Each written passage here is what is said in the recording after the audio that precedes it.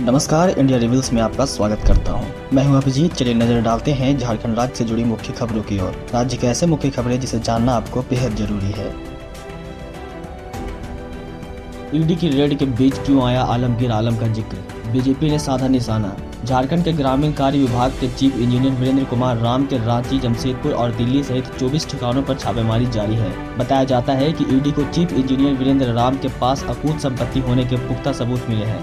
छापेमारी के बीच वीरेंद्र राम के रांची और दिल्ली स्थित कई बंगलों और गाड़ियों की तस्वीरें सामने आई है, जिससे उनकी संपत्ति का अंदाजा लगाया जा सकता है। अब इस पूरी कार्रवाई में झारखंड में ग्रामीण विकास और पंचायत राज मंत्री आलमगीर आलम का जिक्र होने लगा है। दरअसल ईडी की छापामारी शुरू होने के कुछ समय बाद एक चिट्ठी सामने आई। यह चिट्ठी आलमगीर आलम ने झारखंड के तत्कालीन डीजीपी को लिखी थी, जिसमें वीरेंद्र कुमार राम के लिए पुलिस प्रोटेक्शन की मांग की गई है। अब इस चिट्ठी को लेकर मंत्री आलमगीर आलम को घेरा जा रहा है। इस पर सियासत इसीलिए भी हो रही है क्योंकि आलमगीर आलम ग्रामीण विकास मंत्री है और वीरेंद्र राम ग्रामीण कार्य विभाग के चीफ इंजीनियर। वैसे भी वीरेंद्र राम के सियासी रसूख की चर्चा होती रही है। कहा जाता है कि झारखंड में सरकार जिसकी भी रही हो, वीरेंद्र राम सबके चहेते रहे हैं। अब बीजेपी विधायक दल के नेता बाबूलाल मरांडी ने आलमगीर आलम पर जमकर निशाना साधा। चलिए बढ़ते हैं अगली खबर की ओर। झारखंड कैडर के आईएएस अधिकारियों को गिफ्ट में मिले शराब बोतल और फ्लाइट, कईयों को मिले सोने हीरे के आभूषण। झारखंड कैडेट के आईएएस अधिकारियों को गिफ्ट में शराब की बोतल से लेकर फ्लैट तक मिले हैं। केंद्र सरकार के कार्मिक और प्रशासनिक सुधार विभाग को दिए अपने अंचल संपत्ति के ब्यूरो में अधिकारियों ने इसका उल्लेख किया है। रांची के पूर्व डीसी छवि रंजन ने बताया है कि दोस्त ने गिफ्ट के रूप में उन्हें शराब की बोतल दी थी। इसके अलावा उनको वुडन बेड भी मिला है। रिपोर्ट में यह भी जानकारी मिली है कि झारखंड में पदस्थापित कुल 24 उपायुक्तों में से केवल 8 अधिकारियों के पास ही रांची में केवल अंचल संपत्ति है। 2016 बैच के आईएएस अधिकारी और गुमला में उपायुक्त सुशांत गौरव की पत्नी को ससुराल वालों ने 2.1 करोड़ रुपए का घर दिया है। ससुर ने भी 38.34 लाख रुपए का फ्लैट दिया है। रांची डीसी राहुल कुमार सिन्हा के पास भी रांची में 96.80 लाख रुपए का फ्लैट है। चलिए बढ़ते हैं अगली खबर की ओर। लाठीचार्ज पर बोले बाबूलाल मरांडी, कहा वे चोर उचक्के नहीं। पंचायत सचिवालय स्वयं सेवक संघ के लोगों पर लाठीचार्ज की घटना क्यों पटकती जा रही है। अब बीजेपी ने घटना की निंदा करते हुए राज्य की हेमंत सरकार की आलोचना की है। बाबूलाल मरांडी ने कहा है कि जिन लोगों पर लाठीचार्ज किया गया है वो लोग चोर उचक्के नहीं हैं। उन्होंने सीएम हेमंत को तानाशाह कहते हुए घटना की निंदा की है। दरअसल सोमवार को पंचायत सचिवालय स्वयं सेवक संघ के लोगों के द्वारा अपनी 5 सूत्रीय मांगों के समर्थन में मुख्यमंत्री आवास का घेराव करने निकले थे, लेकिन उन्हें राजभवन के पास रोक लिया गया। पंचायत सचिवालय स्वयं सेवक संघ के लोगों को जब राजभवन के पास रोका गया तो उनकी पुलिस से झड़प हो गई। पुलिस ने लाठी चार्ज कर दिया। तस्वीरों में दिखता है कि पुलिस ने प्रदर्शनकारियों को दौड़ा कर पीटा। काफी देर तक राजभवन के पास के इलाके में अफरा तफरी दिखी। घटना में आधा दर्जन पुलिसकर्मी और पंचायत सेवक घायल हो गए। 20 लोगों को गिरफ्तार किया गया है। बता दें कि मुख्यमंत्री आवास का घेराव करने जा रहे प्रदर्शनकारियों ने राजभवन के पास बैरिकेडिंग को तोड़ दिया। पुलिस ने रोका तो प्रदर्शनकारियों ने पथराव कर दिया। पुलिस ने लाठियां भाईनी शुरू कर दी। चलिए बढ़ते हैं अगली खबर की ओर। पढ़ाई की आड़ में मौलवी ने आधा दर्जन बच्चों के साथ किया दुष्कर्म। शिकायत करने पर भड़के मौलवी। मदरसे में जिस मौलवी पर बच्चों को तालीम देने की जिम्मेदारी थी, उसी ने बच्चों के साथ दुष्कर्म किया। मदरसे में करीब 50 बच्चे पढ़ते हैं। इसमें से आधा दर्जन बच्चों ने मौलवी पर उसके साथ कुकर्म करने का आरोप लगाया है। हैरान करने वाली बात यह है कि जब घटना का पता चलने पर अभिभावकों ने विरोध जताया तो मौलवी उन पर भड़क गया। अब वह फरार हो गया है। मौलवी द्वारा बच्चों के साथ दुष्कर्म किए जाने की यह पूरी घटना झारखंड के गढ़वा की है। मिली जानकारी के मुताबिक गढ़वा जिला के नगर उटारी थाना क्षेत्र अंतर्गत कोइंदी गांव में दारुल उमूल शमसिया नाम का मदरसा है। यहाँ 50 बच्चे नामांकित हैं। यहाँ बच्चों को पढ़ने का जिम्मा मौलवी समीरुद्दीन के पास था। इसी समीरुद्दीन पर बच्चों के साथ दुष्कर्म करने का आरोप लगा है। खुलासा होते ही इलाके में हड़कंप मच गया। गौरतलब है कि मूल रूप से पश्चिम बंगाल का रहने वाला मौलवी समीरुद्दीन लंबे समय से बच्चों को अपनी हवस का शिकार बना रहा था। इसका खुलासा हाल ही में बच्चों ने किया है। बताया जा रहा है कि जब बच्चों की शिकायत पर परिजन मदरसा पहुंचे और मौलवी एवं मौलाना से बातचीत करना चाहा तो वे भड़क गए। मौलवी समीरुद्दीन ने गांव में ही कुछ अपने समर्थकों के साथ अभिभावकों पर हमला बोल दिया। आरोप है कि उसने कुछ लोगों के साथ मारपीट भी की। चलिए बढ़ते हैं अगली खबर की ओर। छत्तीसगढ़ के बाद अब झारखंड में ईडी का छापा। इंजीनियर पर शिकंजा, रांची से दिल्ली तक मचा हड़कंप। चर्चित इंजीनियर और नेताओं के चहेते वीरेंद्र राम ने 24 ठिकानों पर परिवर्तन निदेशालय ने एक साथ छापेमारी की। मिली जानकारी के मुताबिक ईडी ने वीरेंद्र राम के रांची, दिल्ली, सिरसा, सिवान, जमशेदपुर और आदित्यपुर स्थित ठिकानों पर दबिश दी।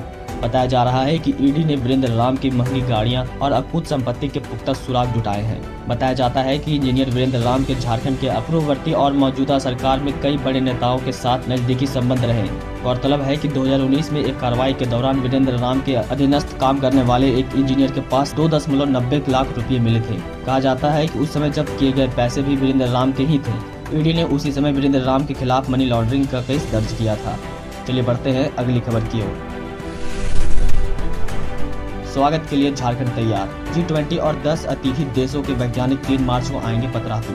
250 लोक कलाकार करेंगे स्वागत। G20 समिट के विदेश मेहमानों के स्वागत के लिए झारखंड तैयार है। साइंस एंड टेक्नोलॉजी से जुड़े विदेश मेहमानों की टीम 1 मार्च को रांची पहुंचेगी। 2 मार्च को रांची में ऊर्जा के स्थायी और वैकल्पिक स्रोतों पर चर्चा होगी। 3 मार्च को विदेशी मेहमान पतरातू पहुंचेंगे। यहाँ झारखंड की कला, संस्कृति और खूबसूरती को प्राकृतिक के बीच रहकर जानेंगे। टीम में 10 अतिथि देशों के वैज्ञानिक शामिल रहेंगे। 250 लोक कलाकारों का दल मेहमान का स्वागत और मनोरंजन करेगा। 150 पर्यटन हितकारक खान पान में सेवा देंगे।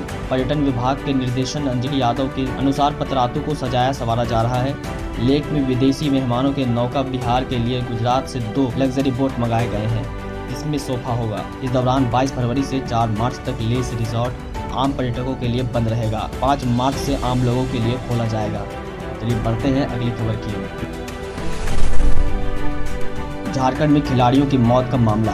खेल निर्देशालय ने जांच के लिए गठित की 5 सदस्यीय कमेटी। एकलव्य हॉस्टल में साथी खिलाड़ियों ने दी श्रद्धांजलि। खिलगांव स्थित JSSPS में एथलेटिक्स की ट्रेनिंग ले रही लोहरदगा की अंजलि उरांव की मौत के मामले की जांच 5 सदस्यीय कमेटी करेगी। खेल निर्देशालय की ओर से इसके लिए कमेटी बनाई गई है। वहीं आज JSSPS प्रबंधन प्रशिक्षण ले रहे खिलाड़ियों और उनके अभिभावकों के लिए मीटिंग हुई। पहले हॉस्टल को 1 हफ्ते के लिए बंद करने की बात हुई, पर इस पर सहमति नहीं बनी। इसके बाद हॉस्टल संचालक की बात हुई, साथ ही मामले की जांच कराने की भी बात की गई। मौके पर मौजूद अभिभावकों ने कहा है कि JSSPS में व्यवस्था की काफ़ी कमी है। आए दिन बच्चे यहाँ के व्यवस्था की शिकायत किया करते हैं।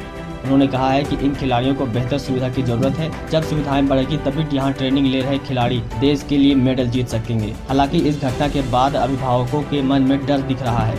अभिभावकों ने कहा है कि यहाँ उनके बच्चे को सुरक्षित रखा जा रहा है कि नहीं, इसे लेकर मन में शंका है। यात्रियों के लिए समस्याएं बढ़ी। होली के पहले उत्तर भारत को जाने वाली जालियांवाला बाग व नीलांचल एक्सप्रेस रद्द। यात्रियों के लिए 120 दिन की प्री बुकिंग पर भारी पड़ रहा है। पैसे खर्च कर यात्रा की सुनिश्चितता पर रेलवे के पावर ब्लॉक लेने के तत्काल निर्णय से ट्रेन रद्द हो रही है और इसका खमियाजा यात्रियों को भुगतना पड़ रहा है। बिना किसी प्लानिंग और वैकल्पिक व्यवस्था दिए रेलवे के अधिकारी ट्रेन को रद्द करने का आदेश जारी कर रहे हैं। होली के ठीक पहले रेलवे ने देश भर के अलग अलग डिवीजनों में NI, work, FOB, lodging, third line का काम होने पर हवाला देते हुए लंबी दूरी की कई ट्रेनों को रद्द किया है। इस कारण पहले से पारिवारिक, वैवाहिक आयोजन, घूमने या परीक्षा के लिए टिकट बुकिंग करा चुके लोग परेशान हैं। कई लोग अपने पारिवारिक आयोजन में जाने से महरूम हो रहे हैं तो किसी की परीक्षा तक छूट जा रही है। सैकड़ों परिवार रेलवे प्रबंधन को कोस रहे हैं। चलिए बढ़ते हैं अगली खबर की ओर। मांडर ज्वेलरी लूटकांड का हुआ खुलासा। गन पॉइंट पर शंकर ज्वेलरी से लूटे थे 65 लाख के गहने। 10 दिन में पुलिस ने 3 अपराधियों को धर दबोचा। कई गहने बरामद। रांची जिले के मांडर में 11 फरवरी को शंकर ज्वेलर्स में अपराधियों ने गन पॉइंट पर दिन दहाड़े लूट की घटना को अंजाम दिया था। घटना को 10 दिनों के अंदर ही पुलिस ने मामले का खुलासा कर दिया है। इस घटना में शामिल 3 अपराधी को धर दबोचा है। गिरफ्तार किए गए अपराधियों के पास से कई गहने भी पुलिस ने बरामद कर लिया है। प्राप्त जानकारी के मुताबिक पुलिस गिरफ्तार अपराधियों से पूछताछ कर रही है। पुलिस से मिली जानकारी के मुताबिक ज्वेलरी दुकानों में अपराधियों ने लूट की घटना को अंजाम देने से पहले दुकान की रेकी कर रही थी। घटना को अंजाम देने से पहले 2 लोग दुकान के पास पहुंचे, वहां कुछ देर तक रुके, आसपास के माहौल को भापा, फिर चले गए। इसके बाद 3 अपराधी आए जिसमें 2 दुकान के भीतर गए थे और 1 बाहर खड़ा रहा। लूटपाट करने के बाद तीनों एक ही बाइक से चलते बने। पुलिस ने पहले रेकी करने वाला को गिरफ्तार किया, इसके बाद लूटपाट करने वालों को पकड़ा है। अब चलिए बढ़ते हैं आखिरी खबर की ओर। 3 PDS दुकानदारों को शो कॉज। 3 दिन में मांगा जवाब। PDS लाभुकों को खाद्यान्न समय समय मिले, इसे लेकर उपायुक्त विजया यादव ने सभी कार्यपालक दंडाधिकारियों को PDS लाभुकों को खाद्यान्न समय समय पर मिले, सही मात्रा में मिले, इसे लेकर उपायुक्त विजया यादव ने सभी कार्यपालक दंडाधिकारी को PDS दुकानों के औचक निरीक्षण का निर्देश दिया है। इसी क्रम में कार्यपालक दंडाधिकारी निशा कुमारी, संतोष महतो एवं ज्योति कुमारी द्वारा बोडाम प्रखंड की 5 पंचायत मोचाडी, बोडाम, कुयानी, मचुरडी एवं भूला में 14 दुकानों का औचक निरीक्षण किया। कहा कि सही मात्रा में खाद्यान्न मिलना लाभुक का अधिकार है। पीडीएस डीलर इस बात का विशेष ध्यान रखें, निर्धारित मात्रा में ही अनाज वितरित करें, अन्यथा उन पर कार्रवाई की जाएगी। जांच अधिकारियों ने बताया कि गोदाम एजीएम द्वारा पंचायतवार बनाई गई लिस्ट के अनुसार ही खाद्यान्न वितरण करने की शिकायत कई डीलरों ने की। इससे किसी पंचायत के पीडीएस डीलर अगर पहले पहुंचते हैं तो खाद्यान्न लेने के लिए लंबा इंतजार करना पड़ता है। अगर आपको हमारा वीडियो अच्छा लगा हो तो चैनल को सब्सक्राइब करें और लाइक करना बिल्कुल ना भूलें। धन्यवाद।